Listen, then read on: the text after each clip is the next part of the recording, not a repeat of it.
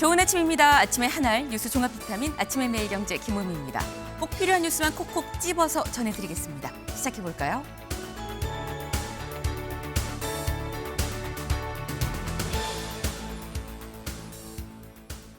네, 서울신문 1면입니다. 여권 대거 사면 조국 돌아온다. 어제 있었던 임시국무회의에서 광복절 특사가 확정이 됐죠. 예상했던 대로 조국 전 대표가 특사로 포함이 됐다라는 겁니다. 조국 전 대표를 포함해서 윤미향 전 의원, 은수미 성남시장 그리고 김은경 전 장관 등등에서 여권이 대거 사면이 됐다라는 겁니다. 그런데 관련해서 이번 사면을 두고 경향신문은 또 이렇게 제목을 뽑았습니다.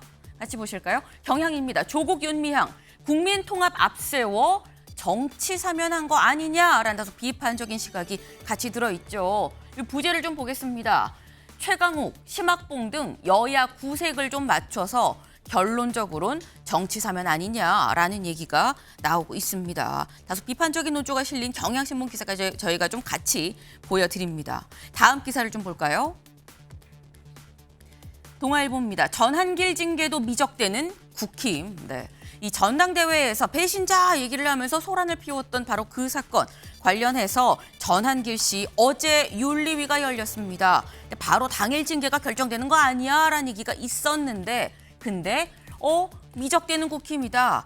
다소 시간이 걸릴 것 같다라는 거죠. 여기 보겠습니다. 윤리위 전대방에 징계 개시하긴 했지만 14일에 소명을 들어본 뒤에 징계 수위를 어떻게 할지 결정을 하겠다라고 얘기를 했다라는 거죠. 더불어서 이 윤리위원장 이런 얘기를 했습니다.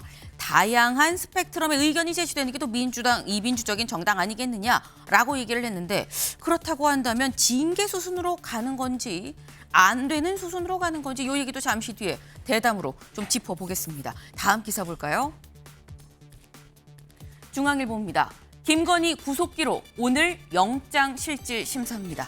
오늘 오전 10시 10분 잠시 뒤죠. 대략 한 2시간여 뒤에 김건희 여사에 대한 구속영장 실질 심사가 오늘 서울중앙지법에서 열립니다. 네.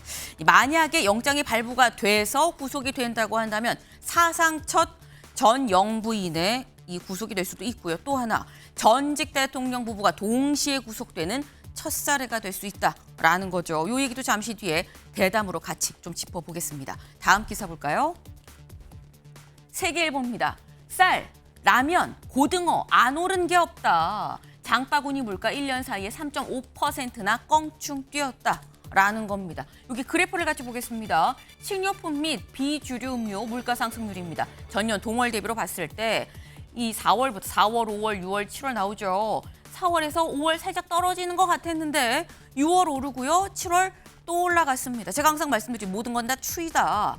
잠깐 떨어지는 듯 했지만 계속 오르고 있다는데 왜 자꾸 오르냐라는 겁니다. 여기 볼까요? 이상기온. 그러니까 지금 이상기온 때문에 지금 신선식품이 다 가격이 껑충 올랐죠. 그러다 보니까 전반적으로 출고가 자체가 다 인상이 됐다라는 겁니다. 안 오른 게 없다라는 거.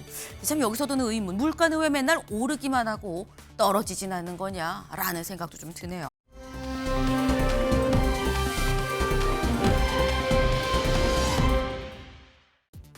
네, 이게 뭐야 싶으실 수 있어요. 여기부터 좀 보겠습니다. 이 보면 돌 위에 뭔가 써져 있죠. 뭐라고 써져 있냐? 국민과 세계인에게 드리는 글. 트럼프 대통령하고 뭐라고 쓰려고 하다가 다 못 썼어요. 왜? 현행범으로 체포가 됐거든요. 어떤 돌에 썼길래 체포가 됐느냐? 경복궁의 이 얼굴이라고도 볼 수 있죠. 광화문 그 비석, 그 앞에 이 돌에다가 이렇게 써놨습니다. 바로 이 위치인 거죠. 대체 누가 썼느냐? 한 70대 남성. 이걸 지금 어제 아침 8시 10분쯤 이른 아침부터 이거를 낙서를 하다가 이 순차를 도는 이 관리인한테 현행범으로 딱 걸렸다라는 겁니다. 네. 재작년 한 10대가 스프레이로 낙서한 거 지우다가 1억 3천만 원이 넘게 나왔었던 거 기억하시나요? 근데 이번에도 좀 지우기가 쉽진 않아 보인다라는 겁니다. 언뜻 봐도 매직으로 쓴 것 같은데 라는 것 같죠. 네, 쉽지 않다.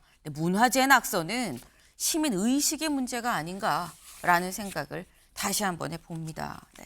아침의 매일경제 뉴스 종합 비타민 언제나처럼 TV로 좀 크게 보시다가요. 궁금한 점 유튜브 댓글로 남겨주시면 같이 좀 얘기를 해보겠습니다. 첫 번째 키워드 들어가 볼까요?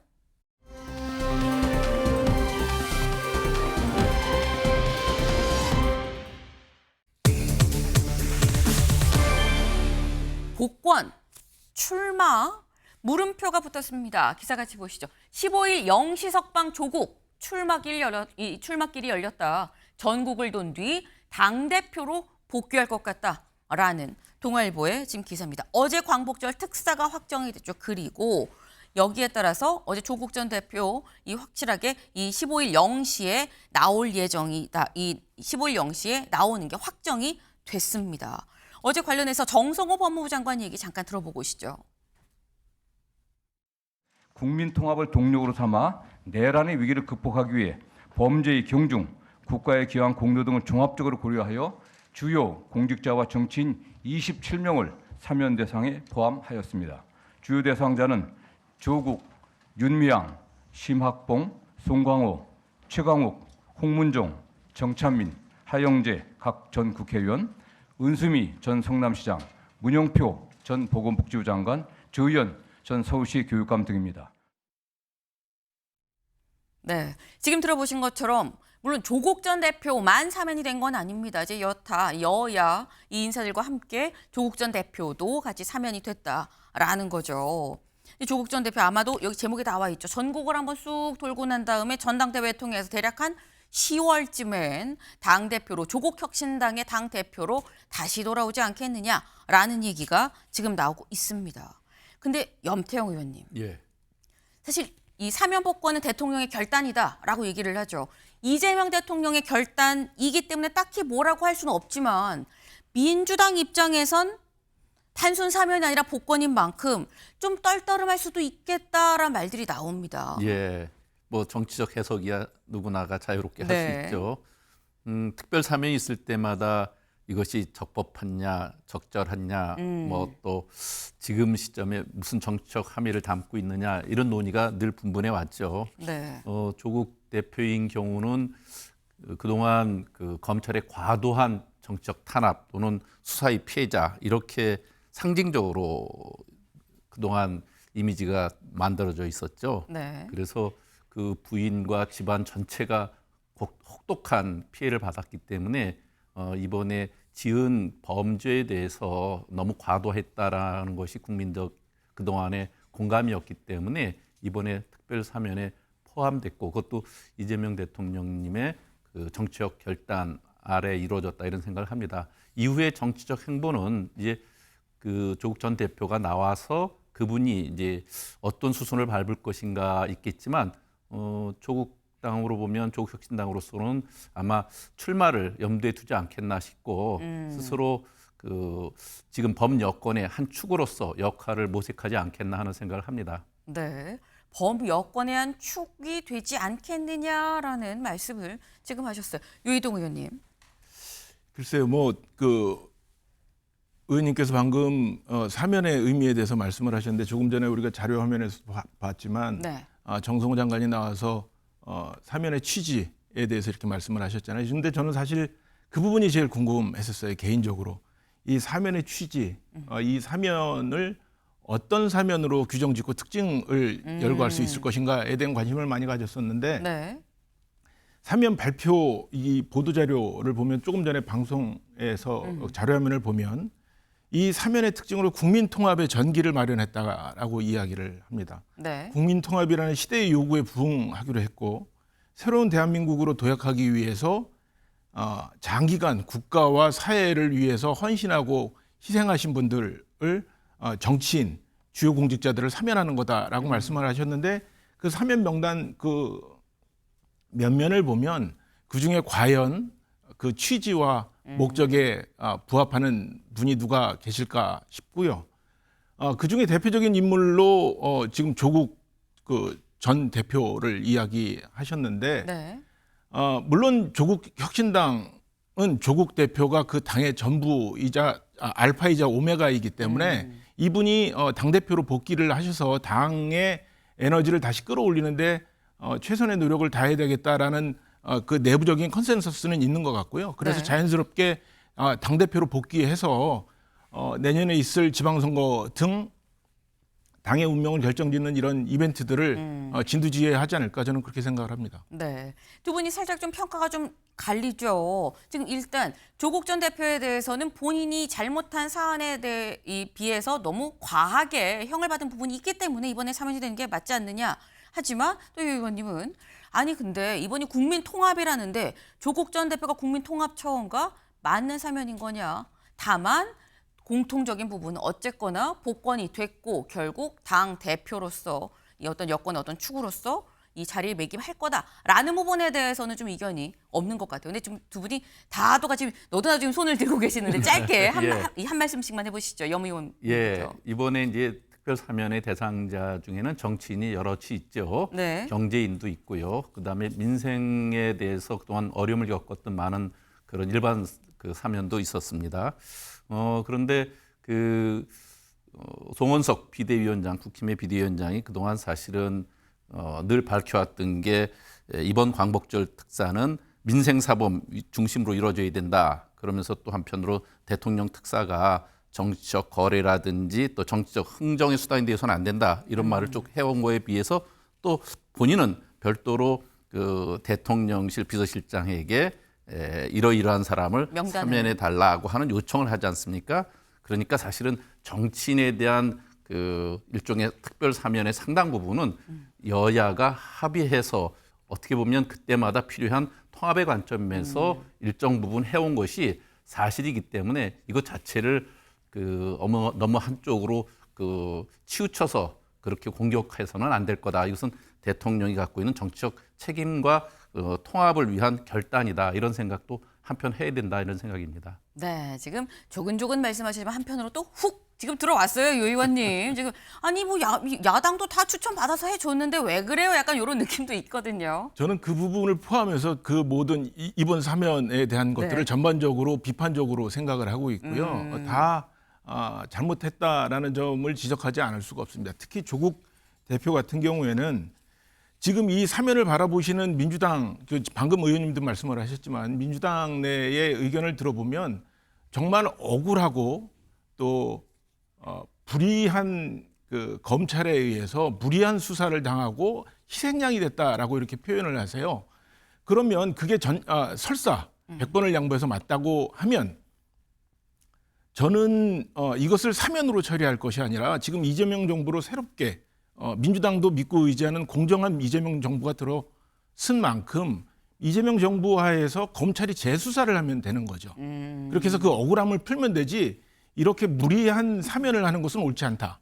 또 거기서 또 100번을 양보해서 검찰은 아무리 이재명 정부의 검찰이라도 나는 못 믿겠다.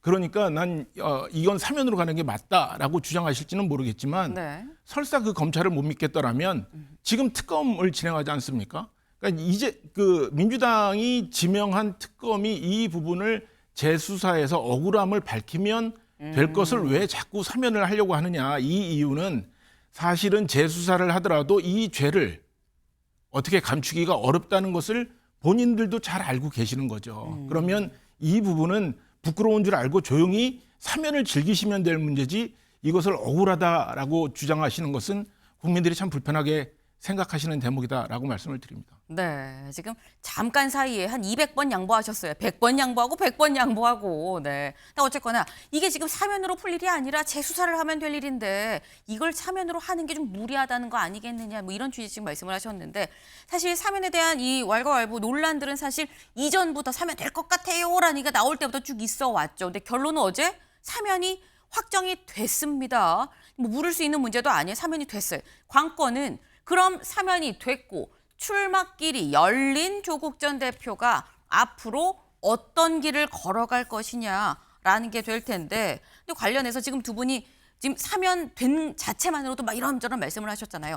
이 사람이 나도 한마디 좀 하고 싶네라고 하면서 SNS에 글을 올린 사람이 있습니다. 누군지 같이 볼까요? 정유라 씨입니다. 정유라 씨 어제 엄마 내가 힘이 없어서 미안해 라는 글을 올렸고요. 오늘 또 아침 새벽 6시 가까이 굉장히 이른 시각인데 하루 종일 울고 한숨도 못 잤다. 안 울어야지 했는데 그냥 눈물이 나더라. 지난 10년에 피로가 몰려오는 것 같았다. 이겨낼 거지만 그래도 힘든 건 힘든 거다. 정유라 씨 계속해서 이 어머니 이 최순실 씨, 최서원 씨로 지금 이 개명을 했죠. 최서원 씨를 지금 사면을 해달라, 이 석방을 해달라, 뭐 이런 얘기를 쭉 해왔었는데 이번에도 안 들어갔어요. 이번에 이 사면 대상자 명단 같이 좀 볼까요? 네, 저희 표로 되어 있는 거 있죠. 같이 보겠습니다. 이번에 보면 저희가 지금 사실 정치인들 얘기를 했습니다만 정치인 뭐 이 조국 사건 관련 그리고 정치인 여권 이쪽 해서 야권 여기 정치인 쪽을 얘기를 했습니다. 경제인 쪽으로 보면 최신원, 현재현, 박인규, 최지성, 장충기, 박상진, 홍한선. 이쪽 보면 박 전 대통령 때 이 국정농단 사건과 같이 최서원 씨와 같이 지금 연루가 됐었던 다른 사람들은 이번에 사면 복권이 됐습니다. 근데 그러다 보니까 정유라 씨가 엄마 미안해 내가 힘이 없어서 밤새 우느라 한숨도 못 잤어요 라는 얘기를 지금 하고 있어요. 요거는 여모 의원님 어떻게 보십니까? 예, 사실은 박근혜 전 대통령 그 탄핵에 가장 큰 이유를 제공했던 사람들 아닙니까? 그리고 그에 대해서 또 그 압력으로 인해서 그런 물품을 제공하지 않을 수 없었던 사람들까지도 이제까지 그렇게 그 사면 복권이 안 돼 있었던 거기 때문에 그분들을 이번에 해준 것은 네. 앞으로 통합 차원에서 꼭 필요하고 또 경제인들에 대한 보다 그 이제 경제 협력해서 함께 나아가자고 하는 취지를 담고 있기 때문에 충분히 저는 납득할 수 있다고 생각을 하거든요. 그런데 정유라 씨의 이 얘기는 또 다른 차원입니다. 실제로는 그로 인해서 그 국정이 심각하게 농단됐던 가장 원초적인 원인을 제공했던 그런 경우이기 때문에 그 다음 단계에서 판단할 일이지 지금 같이 판단할 일은 아니다 이런 생각입니다. 네, 이걸 단순히 뇌물을 준 사람은 풀려났는데 왜 받은 사람은 여직 안에 있냐라고 볼 문제가 아니다. 근본적인 원인 제공과 가장 핵심이 되는 이 사람이기 때문에 그거는 이 건과 좀 같이 이 결부해서 좀 볼 수가 없는 거 아니겠느냐 이런 말씀을 지금 하셨어요. 네, 제가 뭐 잠깐 정유라 씨 얘기까지 가긴 했습니다만 사실 이번 사면에서 가장 주목받는 건 아까 거듭 말씀드리죠. 조국 전 대표 그럼 이제 15일 0시에 나와서 뭘 어떻게 할 거냐라는 건데 한국일보 기사 같이 볼까요?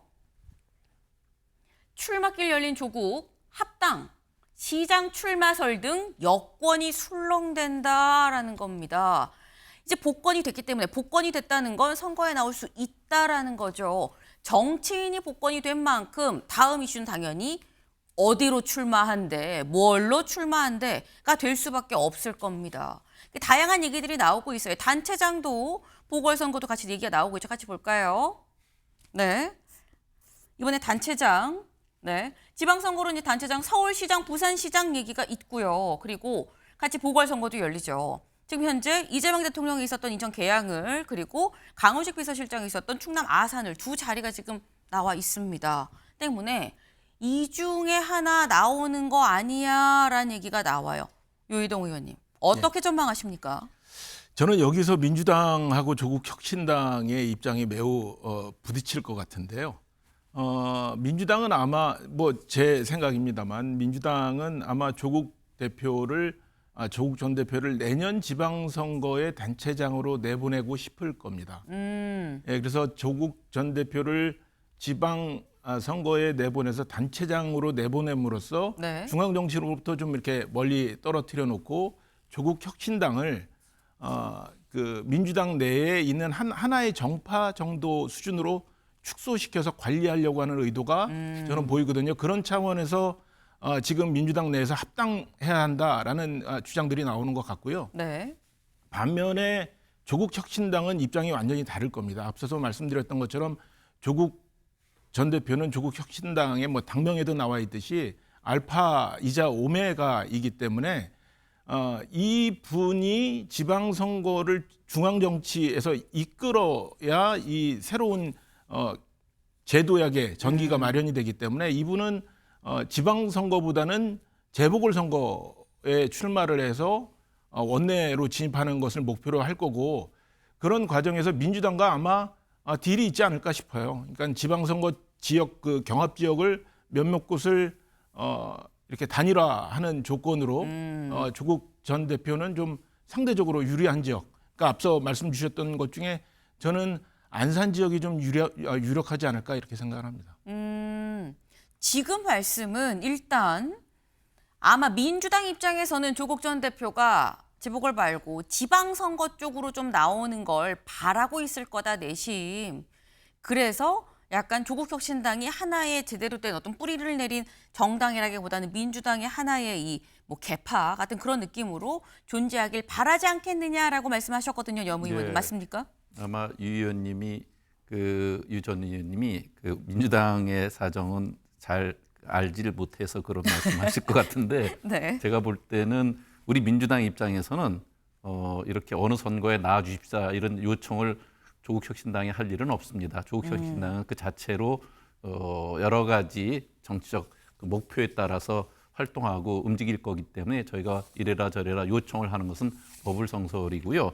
단지 저희가 생각할 때는 조국혁신당이 자강의 프로그램으로 가는 것을 우선 목표로 할 거기 때문에 저로서는 보다 정치적 이후에 조국혁신당의 향배를 생각해 보면 보궐선거 쪽으로 아마 목표를 정하지 않겠나 싶지만 그것 또한 지금 민심의 향배가 어떻게 돌아가는지를 면밀히 점검하고 또 국민들의 목소리를 계속 듣는 가운데 이후에 결정하지 않겠나 싶고요.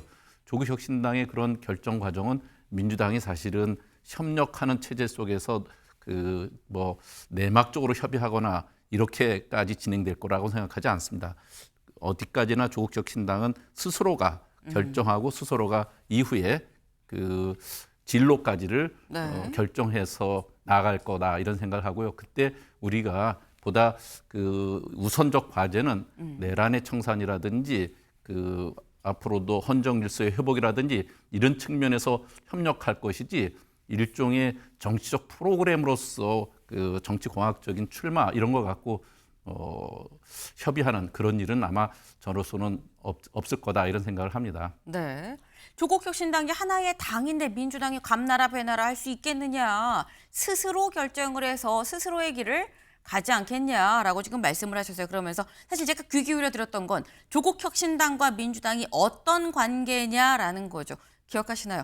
지난 총선 때도 두 당의 관계, 협력하는 관계냐, 경쟁하는 관계냐, 대체 어떤 관계냐에 모두에 지금 시선이 쏠렸었는데 다시 또 선거가 코앞에 닥치면서 그러면 조국 전 대표가 있는 알파이자 오메가가 나와 있는 조국혁신당과 민주당의 관계는 어떻게 정립이 되는 거야? 라는 얘기가 나올 수 있습니다. 근데 지금 말씀은 협력 관계다라고 지금 말씀을 하셨어요. 그런데 이 협력 관계가 단순히 협력이 아니라 합당해야 되는 거 아니야? 라는 얘기도 지금 나옵니다. 박지원 의원 얘기 잠깐 들어보고 오시죠. 생각이 같고 예. 같은 목표라고 하면은 저는 조국혁신당과 우리 민주당이 통합해서 지방선거도 승리, 총선도 승리, 정권 재창출의 모멘텀을 만들어가는 것이 좋다. 그래서 저는 조국 예. 전 대표의 사면과 민주당과 조국혁신당의 통합도 생각해 볼 때다. 저는. 네. 지금 박지원 의원은 합당을 좀 생각을 해볼 때가 아니냐라고 지금 얘기를 했습니다. 여무 의원님. 예, 우리 정치 구단이라고 하시는 네. 박지원 의원님의 말씀이니까 그분의 의견을 제가 부정할 생각은 없습니다. 그런데 민주당 전체적인 생각은 조국혁신당과의 합당, 통합 이런 것은 현재 전혀 우리 안에서 전혀 생각하지 아니다. 않고요.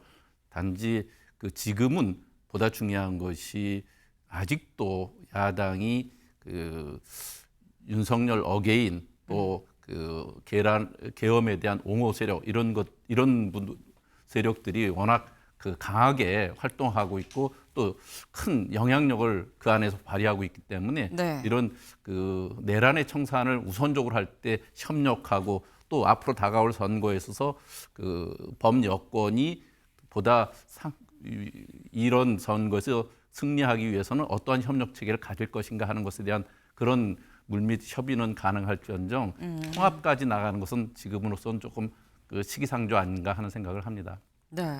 통합으로 나가는 건 좀 시기상조 아니겠느냐라고 말씀하셨는데 유희동 의원님 말씀하시는데 옆에서 의미심장한 미소를 계속 짓고 계세요. 그 의미가 뭘까요? 아니요, 염태영 의원님 입장에서는 충분히 그런 말씀하실 수 있죠. 근데 네. 정치는 현실이니까 현실이 그렇게 움직이지 않을 거다. 방금 말씀하신 것처럼 시기상조라고 표현을 하셨는데 그 네. 시기가 좀 이를 뿐이지 상황이 바뀌면 언제든지 그 통합이라는 것은 이루어질 수 있다라는 의미를 또 뒤집어 보면요. 네. 그러니까 근데 지금 시기상조라고 표현하셨는데 그 시기가 빠른 건지 아니면 또 환경이 시기를 앞당길 수도 있는 거예요. 그래서 저는 지방선거가 그 시기를 앞당기는 하나의 촉매제 역할을 할 거고 그런 마음을 민주당은 계속 가질 수밖에 없는 상황이고 네. 다만 이제 조국 혁신당에서 그 제안을 받아들이느냐 마느냐는 이제 조국 혁신당의 정파적 이익, 정치적 이익을 좀 따지게 되겠죠.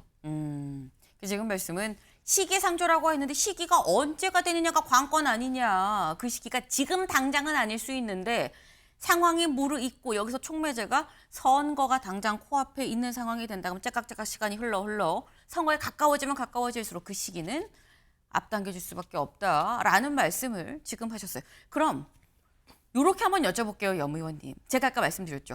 지난 총선 때도 지민비조라는 얘기에 민주당 내부에서는 상당히 좀 논란이 있긴 있었습니다. 조국 혁신당이 지방선거에서 재보궐에서 후보를 낸다고 하면 민주당 입장에서는 경쟁자가 될 수밖에 없는 건데 이런 상황에 대해서 조국 혁신당과 민주당은 어떤 관계로 두 당은 어떤 관계로 이 관계를 좀 설정을 할 거라고 보십니까? 예, 지난 총선이나 또 그 이후의 선거 때 네. 그 지역에서는 민주당, 비례는 또 조국혁신당 네. 이런 것이 상당히 유효하게 또 국민들에게 그 전체적으로 민주당의 입지를 강화시키는 데도 도움이 됐습니다. 근데 당시에 민주당 내부에서 비례도 민주당이지 왜 혁신당이야라는 얘기가 있긴 그런 있었거든요. 의견도 있었지만 전체적으로 그 총선에서 크게 이기는 데는 그래도 지민 비조가 큰 역할을 했던 것도 사실입니다.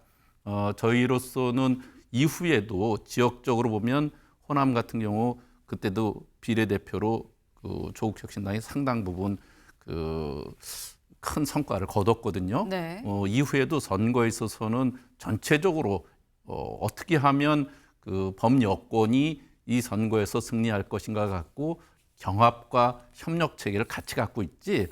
저로서는 그것이 바로 모든 그 정치적 스탠스에 있어서 민주당은 중도와 진보를 같이 아우른다면 조국혁신당은 조금 더 진보 쪽에 가깝게 나아가고 이런 것들에 있어서 보다 그 상호 그 협력과 또 상승의 분위기에 도움이 됐거든요. 저는 앞으로 그렇게 단순하게 그 이 시기까지 통합하고 이 시기까지 네. 같이 선거를 그 통합된 합당의 선거를 하겠다 이런 선거를 지금 구상하는 것은 너무 이르고요. 앞으로도 그럴 일이 오기까지는 상당 부분 내부 점검과 그 내부 협의를 해야만 될 겁니다. 네. 지금 말씀은 양쪽이 다 같이 시너지 효과를 그러니까 이게 지금 제로섬이 아니라 시너지 효과를 낼 수 있는 방안이 있지 않겠느냐. 그거를 양당이 같이 좀 모색을 할 거기 때문에 무조건 뭐 언제까지 이렇게 해서 합당을 하든 뭐 후보 연대를 하든 이렇게 딱딱딱 정해진 공식으로 가는 게 아니다. 이런 말씀을 하셨어요, 유 의원님. 그 지금 우리나라 정치 현실을 보면 양당제에 매우 유리한 정치 제도와 기반이 되어 있습니다. 그래서 네. 양당제를 벗어나기는 현실적으로 좀 어렵고요. 특히 조국 혁신당 입장에서는 지금 지역구 의원이 한 분도 안 계시잖아요. 그래서 지역구 의원을 갖는 게 최우선 목표일 거고 그런 차원에서 조국 전 대표가 지역구 재보궐선거에 출마할 거라는 제 예측이고 그것 외에도 지방선거를 통해서 어떻게든 지역적 기반, 정치적 기반을 만들고자 하는 그 내부적인 요구가 있을 겁니다. 네. 그런데 민주당 입장에서는 그 제3당이 어떤 형태라든지 그 지역적 기반을 갖게 되면 앞으로 국정을 운영하는 데 있어서 또 여의도 정치를 이끌어 나가는 데 있어서 매우 힘든 상황이 여당 입장에서는 그 숙제가 놓여지는 거기 때문에 네. 그것을 최대한 피하기 위해서라도 저는 민주당 입장에서는 거듭 말씀드립니다만 합당 시도를 계속 할 것이다라고 저는 보고 있습니다. 네. 근데 그게 되냐 안 되느냐는 조국 혁신당의 정치적 목표에 따라서 어떠한 그 정치적 그 뭐랄까 보상이 돌아가느냐에 따라서 좀 입장이 바뀔 수는 있겠습니다만 네. 그 양쪽의 그 첨예한 이해가 부딪히는 것만큼은 부인할 수 없다라고 생각을 합니다. 지금 말씀을 잘 지금 들어보면 일단 현재로서 합당 신호는 계속 있을 것 같고, 그리고 사실상 공은 어떻게 보면 키는 어떻게 보면 조국혁신당 쪽에서 살짝 좀 주도권을 쥐고 있는 것도 맞다. 다만 이게 앞으로 어떻게 흘러갈지는 좀 지켜볼 필요가 있다라고 말씀하셨는데, 아니다, 기다, 말이 갈릴 땐 제가 이런 말씀드리죠. 시간이 알려준다. 지켜볼 필요가 있을 것 같습니다. 다음 키워드로 넘어가 볼까요?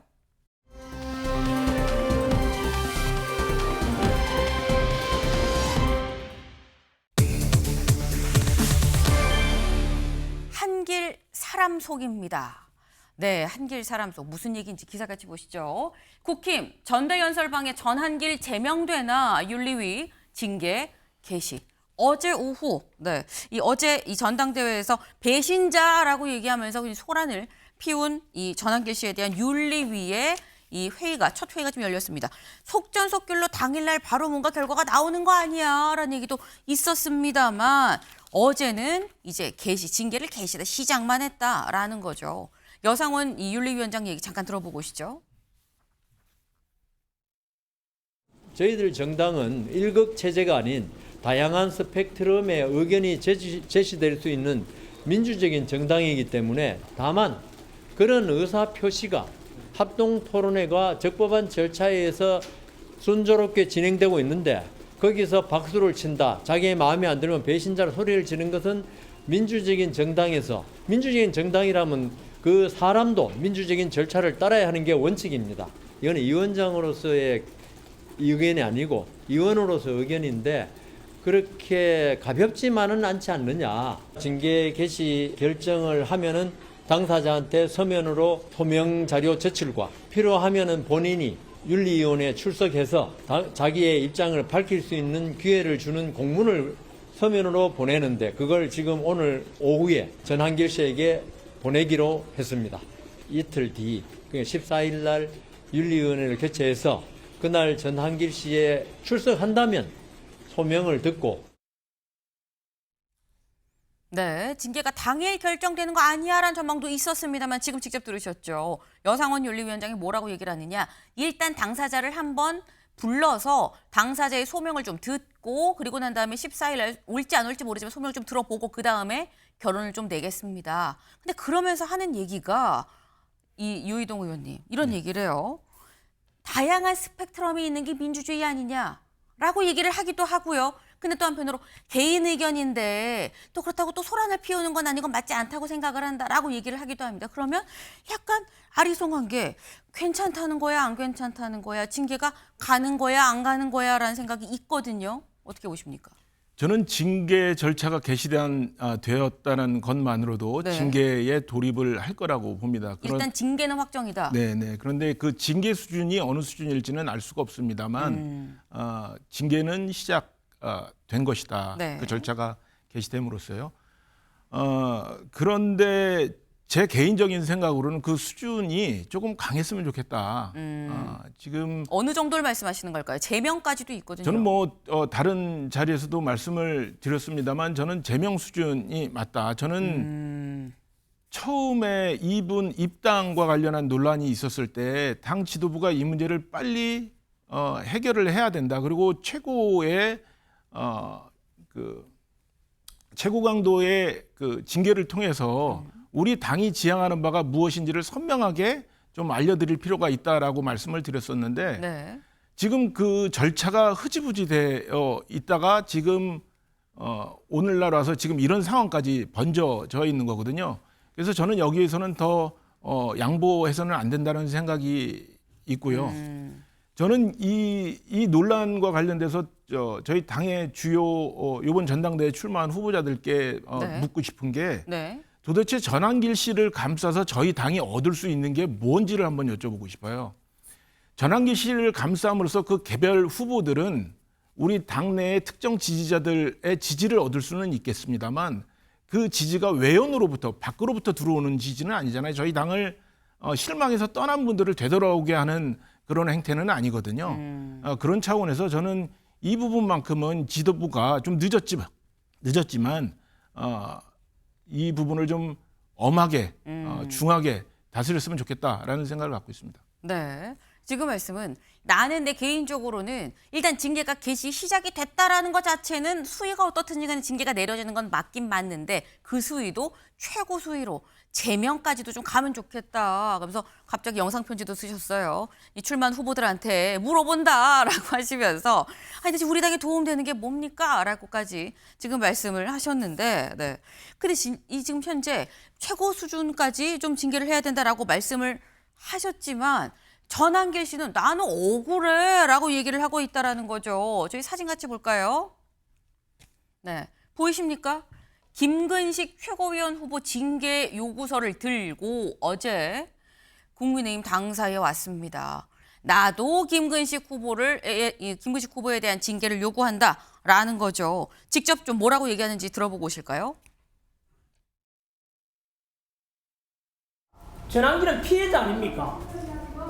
전한길은 피해자죠. 오히려 저를 저 곁에 있는 공격자가 누굽니까? 바로 김근식 최고 후보 아닙니까? 김근식에 대한 전혀 제재나 또는 뭐 이런 건 없고 피해자인 전한길에 대해서만 신속하게 제재하면서 옳지 않다라는 생각으로 이렇게 김근식 최고위원 후보도 사퇴하고 그리고 빠른 제재 조치를 취해달라는 요청을 하기 위해서 왔습니다. 저는 솔직히 이번에 최고위원으로 나온 김근식 후보는 듣도 보도 솔직히 못한 후보였습니다. 그런데 왜 갑자기 전한길을 비난하기 시작했을까? 그것은 저는 뒤에 숨은 뜻이 있다고 생각합니다. 네, 전한길 씨는 지금 내가 피해자다. 내 면전에서 김근식 후보가 연단에 서갖고 나를 비판을 하니까 내가 그거에 대해서 얘기를 하는 거 아니었느냐라고 지금 얘기를 해요. 염태영 의원님. 예. 지금 김근식 후보가 오히려 나한테 가해를 한 거다라고 얘기하는데 제3자 입장으로 누가 피해자고 누가 가해자인 겁니까? 지금 좀 전에 얘기하신 유 전 의원님의 생각에 전 전적으로 동의합니다. 네. 실제로 김근식 그 위원장님은 오랫동안 국힘 계열에서 활동을 해오시고 지역위원장과 방송 출연도 그동안 아주 많이 하셨죠. 이제 국힘에 입당한 지 한 달밖에 안 되는 분이 김근식이 누구냐 이렇게 얘기한다는 것 자체가 정말 국힘의 전통적 그 입장에서 보면 그런 인물에 대한 입장으로 보면 정말 어처구니 없는 일이죠. 그런데 중요한 것은 전당대회라고 하는 이런 그 일종의 그 주요 정당의 축제의 민주적 절차와 또 그 질서를 크게 훼손한 일에 대해서 반드시 징계하지 않으면 이러한 전당대회를 앞으로 어떻게 치르겠습니까? 뿐만 아니라 그 내란 옹호 세력들을 감싸고 그것에 대해서 일방적인 그 당내 축제를 그 분위기를 흐리는 일을 계속 방치한다면 제대로 된 그 국힘의 이후의 전망 또한 갖기가 어렵다 하는 생각이거든요. 네. 저는 죄질이 매우 엄중하다고 하는 국힘의 지도부의 생각이라 네. 지금 유 전 의원님의 생각 같은 경우가 바로 그 국힘의 민족 질서를 회복하는 데도 또 이후에 앞으로 내란 세력과의 단절을 통해서 바로 국힘이 미래로 나아가는 길에도 크게 도움이 될 거다. 그래서 이번에는 반드시 제명이라는 엄격한 절차를 갖는 것이 꼭 필요하겠다는 생각입니다. 네. 사실 요 앞에서 저희가 사면 조국 전 대표 얘기를 하고 그럴 때는 상당히 의견이 계속 갈렸었는데 이번에는 의견 이실을 좀 보셨어요. 좀 문제가 있다라는 데 있어서는 두 분 다 좀 공감을 하는 좀 그런 상황인 건데 근데 지금 두 분 다 뭐 좀 문제가 있다, 뭐 제명도 해야 된다, 뭐 이런 말씀이 지금 나오고 있죠. 하지만 국민일보 기사 같이 볼까요? 징계 아랑곳 않는 전한길 그 앞 달려간 최고위원 후보들입니다. 내가 살짝 영상 편지도 나오긴 했습니다만 후보들에게 물어봐요. 내가 이게 무슨 당에 도움이 되냐 물어본다라고 하셨는데 어제 최고위원 후보들 전한길 씨를 비롯해서 보수 유튜버들이 같이 모인 자리에 토론 아닌 토론을 했었죠. 그 모습 잠깐 같이 보고 오실까요? 언론인 자격으로 전당대회 취재를 했다고 들었습니다. 그렇다면 그것을 출입 금지를 한다는 것은 일종의 보복 조치가 아닌가 생각하고 전한길 선생님께서 적절한 정도의 얘기를 했을 뿐인데 당청객들의 호응이 굉장히 컸던 거죠. 우리 내부에 특히 이제 대구 지역의 시민들에게 모욕을 주는 그런 발언 내용 자체가 징계감이 아닌가 저는 그렇게 생각합니다. 저는 계속 앞쪽에서 김근식 후보가 얘기하는 것도 봤고 전한길 대표께서 이제 하시는 내용도 봤습니다. 그래서 이 부분은 분명히 먼저 저쪽에서 싸움을 건 것이고 거기에 대해서 정당한 대응을 하신 거라고 생각해요. 전한길 그 강사 같은 경우는요, 대표 같은 경우는 지금 12월 3일 이후에 보수정당 국민의힘이 굉장히 어려웠을 때 혜성같이 나타났고 힘들 때 이용하고요. 그리고 이렇게 다시 싸움이 끝나면 그 사람을 이렇게 내팽개치기 때문에 우리 당에 전사가 남아있지 않는 겁니다. 네, 저희가 짧게 좀 듣긴 했습니다만 얘기를 들어보면 일단 전한길 씨가 잘못한 게 뭐가 있느냐라는 취지의 지금 얘기들이에요. 근데 이걸 들어보면은 요이동 의원님 지금 다 최고위원 후보들이거든요. 네. 이 중에서 최고위원이 나오는 거고 어쩌면 다 최고위원이 될 수도 있는 거기도 하고요. 근데 그러면 징계위가 열려서 징계 결과가 뭐가 나온다고 한들 전한길 씨에 대한 징계가 취소되는 거 아니야? 제명돼도 복당될 수 있는 거 아니야라는 생각이 들기도 합니다. 제가 봤을 때는 저기 계시는 네 분이 다 될 가능성은 없습니다. 왜냐하면 저희가 네. 여성 최고도 뽑아야 되기 때문에 저분들이 다 갈 일은 없을 것 같고 또 전체 후보들 중에 일부만 저기에 나간 것이지 모든 후보들이 다 나간 것은 아니니까 네. 그런 경우를 상정하기는 싫습니다만 그런 경우가 된다면 저희 당은 참 매우 큰 어려움에 처할 거다라는 예상을 하죠.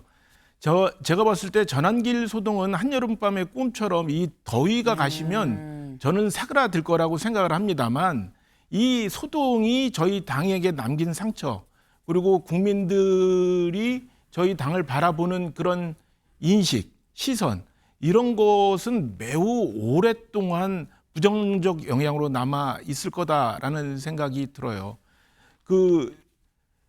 전한길 씨가 피해자라고 말씀을 하셨는데 저는 네. 전한길 씨가 무슨 생각을 하시든 또 유튜브나 SNS 이런 데에 무슨 의사를 표명하시든 그건 그분의 자유라고 생각을 합니다. 그렇지만 저희 당원을 대상으로 후보자가 소종의 절차를 거쳐서 그 자리에 서서 자신의 정견을 발표하는 것을 저렇게 물리적으로 방해하는 행위는 앞서도 말씀 주셨습니다만 이것을 그냥 이대로 허용할 경우에는 저희 전당대회나 당의 당무를 진행하는 데 매우 어려움이 있을 것이다. 그래서 이거는 친소관계나 이런 것들을 다 떠나서 좀 엄중히 일벌백계해야 될 상황이다. 저는 이렇게 생각을 합니다. 네. 엄중히 일벌백계를 해야 될 상황인 거지 본인이 피해자라고 지금 주장할 그런 이 상황은 아니지 않느냐라고 말씀을 지금 하셨어요. 오늘 관련해서 만평이 하나 나왔습니다. 만평 같이 보실까요? 이겁니다. 네. 지금 보면 전한길의 사람들이라고 해서 전당대회 논란, 지금 전한길 씨의 뒷모습인 것 같아요. 근데 양쪽이 어깨동무를 하고 있죠. 김문수 후보와 장동혁 당대표 후보들의 어깨동무를 하고 있습니다. 요 밑에 요 그림 같이 볼까요? 사람들끼리 얘기하는 거죠. 이해하기가 좀 어려운데 그래서 옛말에 이런 말이 있어. 무슨 말이 있냐면 10길 물 쏘고 날아도 한 길 사람 속은 모른대 라는 얘기가 있다라는 게 오늘의 만평으로 나왔다라는 거죠. 이 어깨동무에 김문수 후보, 장동혁 후보 말고 아까 본 최고위원 후보 4명의 어깨도 다 두리둥실 다 같이 있지 않을까라는 생각도 하긴 하는데 한 길 알 수 없는 사람 속 국민들의 속마음이 어떤지는 또 생각을 해볼까라는 생각도 살짝 좀 드네요. 다음 키워드로 넘어가 봅니다.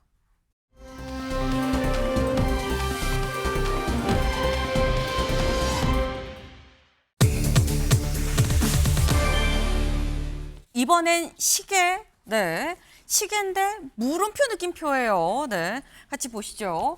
김건희 구속기록 오늘 영장심사입니다. 김건희 여사 오늘 아까 말씀드렸죠. 오전 10시 10분에 영장실질심사가 예정이 돼 있습니다. 오늘 오전 10시 10분 나와서 오늘 이 심사를 받으면 이르면 오늘 어쩌면 늦어지면 내일 결과가 나올 수도 있다라는 건데 대체 어떤 결과가 나올 것이냐. 이경민 변호사님. 영장 발부될 걸로 보십니까? 안 될 거라고 보십니까? 조심스럽지만 뭐 기존의 다른 사건하고 비교를 해봤을 때 네. 객관적인 증거들이 이제 뭐 도이치모터스 주가 조작 의혹 사건이나 명태균 의혹 사건에는 너무나 많고, 근데 그 객관적인 증거, 그러니까 눈에 보이는 증거, 육성 이런 것들을 이제 제시를 했을 때 사실과 다른 이야기, 아니면은 뭔가 이제 납득할 수 없는 해명, 기억이 안 난다 이런 내용의 이제 의혹에 대해서 해명을 할 것 같으면. 사실은 이제 재판부에서는 그런 거를 되게 이제 어떻게 보면 진술의 신빙성이 떨어진다라고 볼 수밖에 없는 그런 내용들이거든요. 그래서 영장을 발부를 하는 데 있어가지고 이런 객관적인 증거들에 대해서 명확한 해법을 제시를 하지 못하고 있기 때문에 네.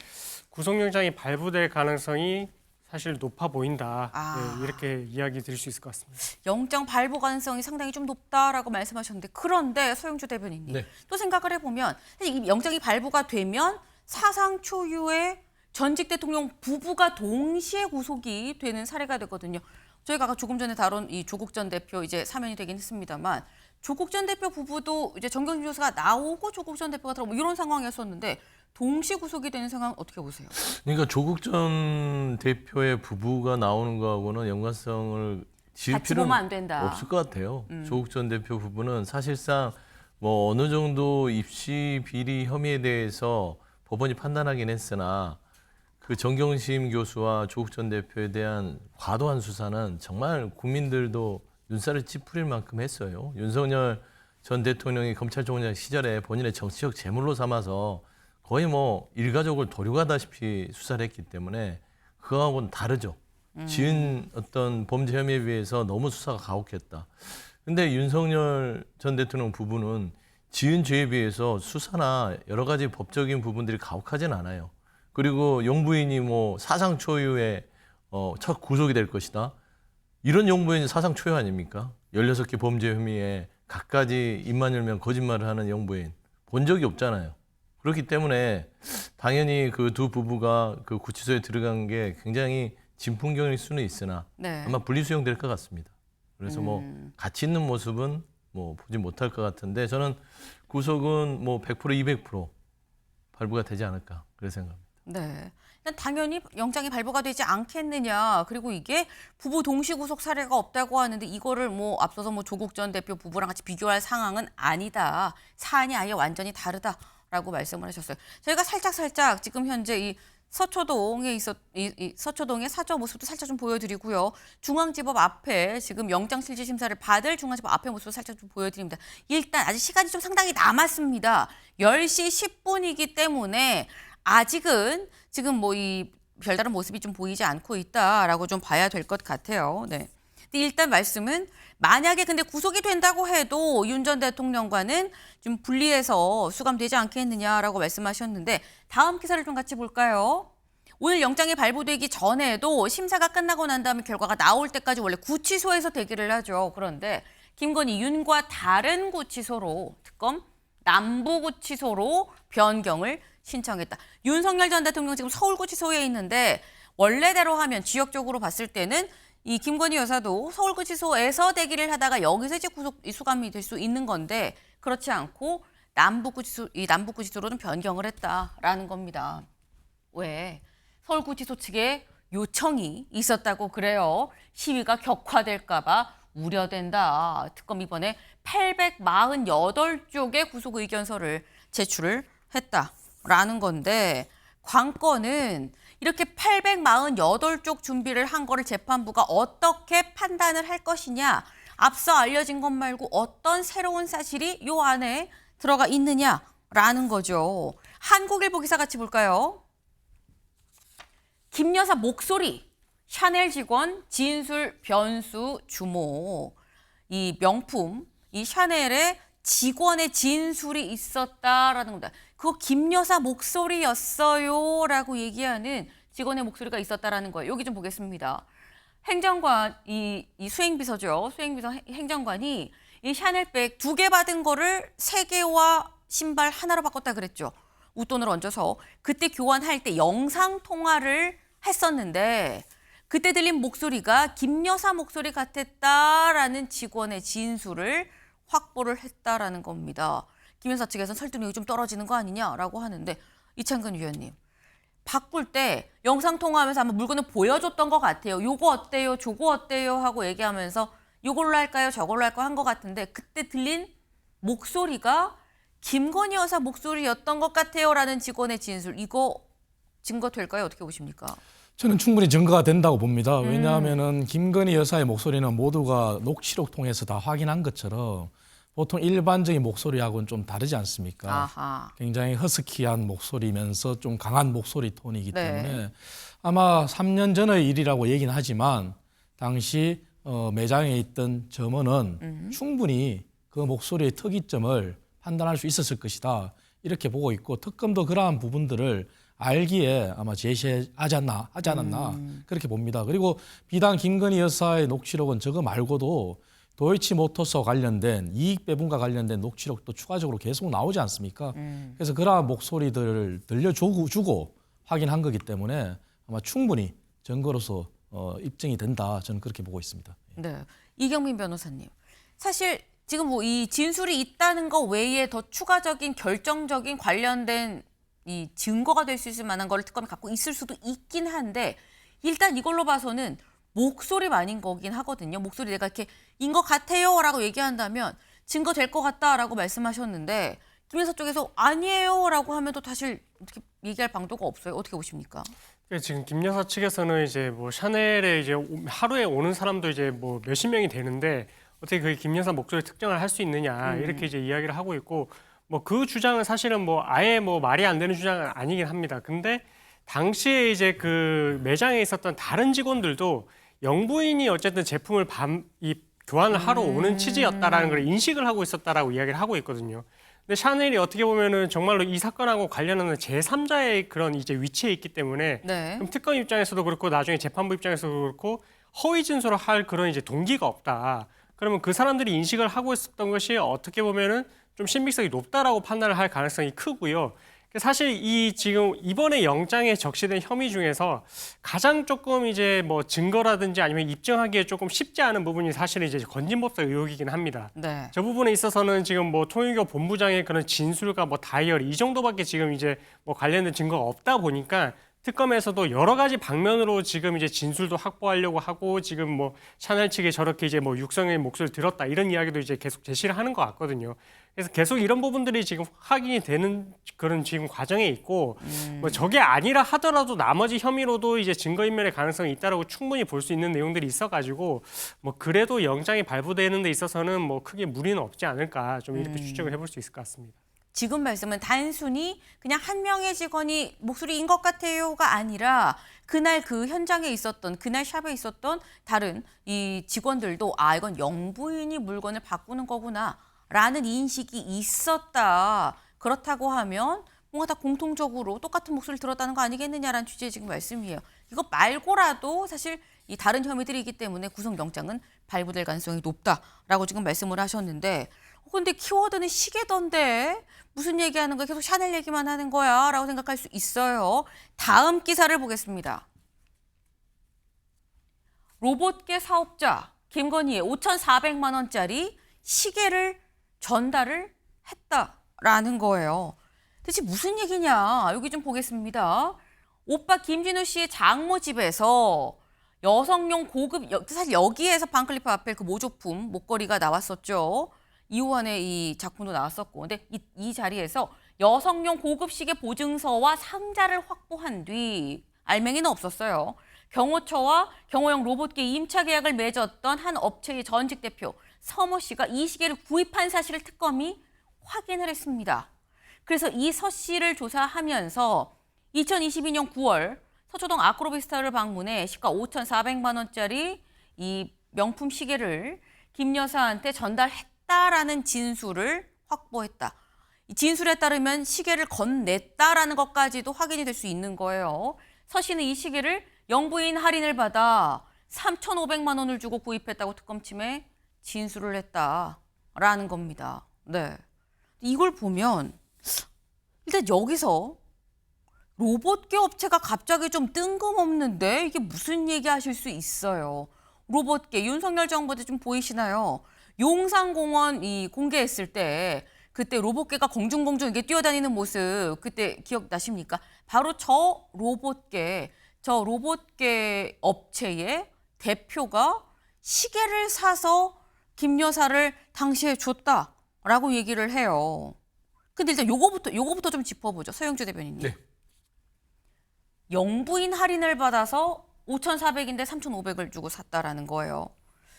저만 모르는 걸까요? 저 연예인 할인은 들어봤는데 영부인 할인은 또 처음이거든요. 그러니까 이게 한겨레 보도도 있고 다른 기사를 보면 네. 영부인이 아니라 그 로봇계 사업자가 본인이 네. 여기를 거래하는 곳이라서 VIP 할인을 본인이 받았다라고 또 주장하는 바가 있어요. 영부인 할인이 아닐 수 있다는 영부인 거죠. 할인은 저거는 확인해 봐야 될 것 같아요. 네. 그러니까 이 언론사들이 이 취재가 조금은 엇갈리는 부분이고 사실 아주 단순한 겁니다. 로봇계 사업자가 앞서 봤듯이 경호처에 로봇계를 도입하는 그런 부분의 대가성으로 시계를, 그것도 고가의 바쉐론 콘스탄틴 시계가 뭐 5천만 원 정도 되는 건데 이거를 줬다는 건데, 이게 더 참 경악스러운 게 김건희 씨가 요구를 했다는 겁니다. 김건희 씨가 먼저 내가 해외 순방도 하게 되면 그런 시계가 좀 필요한데 네. 좀 사다 줄 수 있느냐. 그래서 그 로봇계 사업자는 본인이 대리 구매를 했다는 거예요. 그러면 돈을 받고 대리 구매를 해준 게 아니라 본인이 싸게 사서 준 건데 네. 돈을 돌려받았냐 했더니 그 로봇계 사업자는 거기에 대해서는 묵묵부답입니다. 그럼 이게 뭘까요? 너무 작정하고 대놓고 사업을 경호처 주면서 시계를 요구해서 받고, 이런 정말 그 좀 자범 수준의 이런 범죄 행위들이 이루어졌다고 지금 볼 수밖에 없는 상황이에요. 그래서 저는 정확하게 이게 수사가 마무리되면 정말 얼굴이 붉어서 못 볼 만큼 그런 사실들이지 않을까 싶습니다. 지금 말씀은 사실 요 한겨레 보도뿐만이 아니라 다른 보도들과 좀 같이 봐야 된다라고 말씀하셨죠. 이게 영부인 할인인 건지 아니면 원래 이 대표가 여기 뭐 회원이고 멤버여서 그래서 이 좀 할인을 많이 받았는데 그 할인받은 가격으로 사서 준 건지는 좀 약간 이가 엇갈린다라고 말씀하셨는데, 말씀은 김건희 여사가 먼저 사달라고 요청을 했고 다만 돈을 받았는지는 가타부터 답이 없었다 그 대표가라고 말씀하셨는데, 여기 좀 보겠습니다. 서 씨는 그러나 김 여사의 요청으로 시계를 사서 전달을 했지만 내가 비용을 댄 게 아니다 라고 진술을 했다라는 거예요. 근데 지금 이게 이렇게 보면은 이창근 의원님 둘 중에 하나일 수 있는 거죠.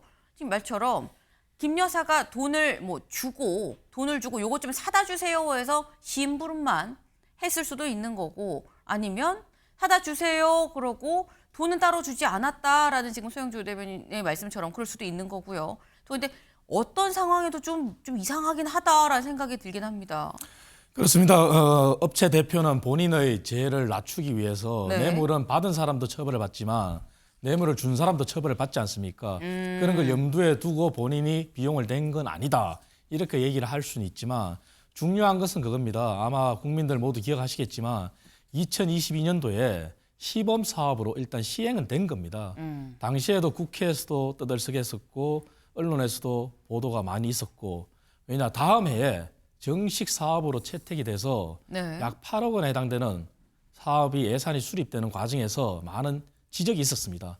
그런 과정에서 그 사업 자체가 또 예산 편성이 취소됐어요. 그러니까 이러한 정황을 봤을 때는 과연 심부름만 했을까 하는 그런 의심이 드는 거죠. 아하. 그래서 설사 업체 대표의 말대로 본인이 심부름했다. 네. 그러면 그 자금 출처가 뭐냐인데, 현금을 아무리 영부인이라 하더라도 2천만 원, 3천만 원, 4천만 원 현금을 준다는 것도 그럼 그 돈의 출처가 뭐냐 이거죠.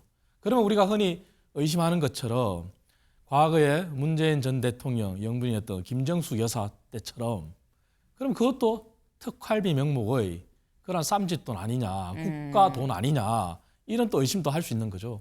그래서 이 부분은 말씀하신 것처럼 명확하게 정말 밝혀져야 되고, 제가 더더욱 실망스러운 것은 도이치모터스 사건 주가 조작만 있는 줄 알았는데 3부 토건이 튀어나왔지 않습니까?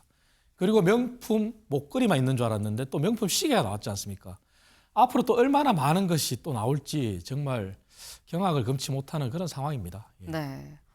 아니 처음에 도이치모터스만 있는 줄 알았는데 이 3부 토건이 나오고, 지금 목걸이만 있는 줄 알았는데 시계가 나왔다라고 말씀하셨죠. 지금 현재 거론되고 있는 명품들 같이 좀 볼까요? 네. 이런 거죠. 목걸이가 처음 목걸이도 2개가 나와서 이 목걸이가 이 목걸이 아니야라고 했는데 헷갈리시면 안 된다라고 하면서 제가 보여드린 적이 있어요. 정가 6,200만 원대의 반클리프 목걸이 오빠 장모 집에서 발견이 된 게 있고요. 그라프 목걸이가 따로 있습니다. 이게 있고 그리고 건진법사를 통해서 전달이 됐다라고 얘기하는 명품 가방이 또 2개가 있었죠. 그런데 이거 말고 오늘 나온 건 이거다. 바쉐론 콘스탄틴 5,400만 원대의 시계다라는 겁니다. 물론 이게 실제 받았는지 안 받았는지 실물이 확보가 되진 않은 상태이기 때문에 다 현재까지 의혹입니다. 다만 역대 이렇게 명품을 뉴스에서 많이 소개를 한 적이 있었나라는 생각이 드는 그런 시점이다라는 거예요. 특히나 여기 나와 있는 이 반클리프 목걸이 이거는 모조품이다. 일단 이 오빠 장모 집에서 발견된 건 모조품이라고 확인이 됐죠. 근데 요거를 수사하는 과정에서 진품은 따로 어딘가에 있는 것 같아 라는 게 지금 특검의 촉입니다. 특검의 수사 내용인 거죠. 왜? 다음 기사 볼까요? 김건희 착용 목걸이 구매 명단의 이름 특검 서희건설 압수수색을 했다라는 겁니다. 관련해서 이 반클리프 아펠 굉장히 고가 6,200만 원짜리 목걸이라고 말씀을 드렸죠. 국내에서 몇 개 있지도 않고 이거를 있지도 않은 몇 개를 사는 사람은 더 확실하게 특정이 될 겁니다. 그래서 봤더니 산 사람을 보니까 해당 딱 고 디자인 산 사람을 보니까 서희건설의 비서실장이라고 얘기가 된 거예요. 이 관련해서 구매자 명단을 압수수색을 통해서 특검이 봤다고 합니다. 그랬더니 나온 게 구매 명단에 서희건설의 비서실장의 모친 이름이 들어가 있었다라는 거죠. 네. 그래서 보니까 이 비서실장이 최 씨예요. 최 씨의 엄마가 가서 먼저 목걸이를 보고요. 그 다음에 이 최 씨와 엄마가 같이 가서 보고요. 여기서 이 반클리프 관계자가 사장과 또 통화를 하고요. 이후에 돈을 현금으로 지불을 안 하고 상품권으로 바꿔서 목걸이를 샀다라는 겁니다. 근데 여기서 봐야 될 부분이 결제 방식이에요. 상품권으로 산 것도 아이고 한번 세탁했구만 라는 생각을 할 수 있는데 처음에 현금으로 굳이 현금으로 일단 신세계백화점 상품권을 샀고요. 이걸 다시 롯데백화점 상품권으로 바꿨어요. 이걸 다시 목걸이를 샀다라는 겁니다. 이런 방법, 이경민 변호사님. 이거 보면 일반 잘 법을 모르는 사람이 봐도 좀 수상한데라는 생각이 들긴 들거든요. 그렇죠. 이게 어떻게 보면은 보통 현금으로 상품권을 구매를 해서 사는 경우가 있는데 네. 그런 경우는 조금 이제 뭐 가격적으로 조금 이제 낮은 할인을 위해서. 할인을 위해서 사는데 사실 거기서 그대로 상품권을 결제를 하지 다른 상품권으로 다시 교환을 하는 경우는 사실 없거든요. 왜냐하면 또 할인율이 또 차감이 되기 때문에 네. 그럼 본인 입장에서는 손해를 감수를 하고 저렇게 산다는 건데 이미 구입 지금 하는 그런 루트부터가 사실은 좀 일반적인 루트가 다르고 그리고 너무나 고가의 목걸이이기 때문에 이거를 이제 그때 당시에 구매를 했을 시점에 어떻게 보면 한정된 수량이기 때문에 이게 이제 그 보증서를 따라서 가면 누가 샀는지를 알 수 있는 부분이거든요. 네. 그러면 지금 상태에서는 지금 서희건설 측에서 이게 어쨌든 구매를 했다라는 점은 지금 드러나고 네. 그럼 그 목걸이가 지금 누구에게 있는지 그거를 파악을 해본다면 네. 이게 지금 어쨌든 너무나 고가의 목걸이인데 이거를 또 함부로 잃어버리기도 쉽지 않은 물건이다 보니까 네. 그래서 그 부분이 만약에 의혹이 해명이 되지 않는다면 이것은 당시 그 공교롭게도 대선 시점에 구입을 했고 그랬다라고 할 것 같으면 이게 충분히 이후에 전달이 되고 나서 그에 대한 특혜나 아니면 대가성으로 뭔가를 이제 받은 게 없었는지 뭐 지금은 이제 뭐 의혹이 제공되고 있는 부분이 뭐 국무총리 비서실장의 자리로 가게 된 게 아니냐 그 사위가 이제 그렇게 가게 된 게 아니냐 이런 의혹인데 어쨌든 그런 부분들에 대해서 계속해서 지금 조사를 할 것이고 네. 사실 이렇게 지금 압수수색이 이루어지고 있는 부분이 누군가의 진술이 계속 있었기 때문에 그러니까 뇌물과 관련된 부분에 진술이 있었기 때문에 계속해서 이제 압수수색이 진행이 되고 있는 것이거든요. 그래서 우리가 앞으로 특검 조사를 해가면서 추가로 밝혀질 부분들이 더 있을 것이다라고 좀 추정을 해볼 수 있을 것 같고 이게 절대로 끝은 아닐 것 같다 이렇게 말씀드릴 수 있을 것 같습니다. 이게 끝은 아닐 것 같다라고 말씀하셨는데 또 이 일반 혹자는 아니 그냥 서희건설에서 자기네가 알아서 쓰려고 산 건데 이걸 왜 굳이 김 여사한테 갔다는 정황이 있는 것도 아닌데 모델이 같다고 이 목걸이 모델이 같다고 그렇게 얘기할 수 있는 거야 라고 생각할 수도 있어요. 그런데 구매할 당시에 이 최 씨와 최 씨의 어머니가 이렇게 얘기를 했다고 합니다.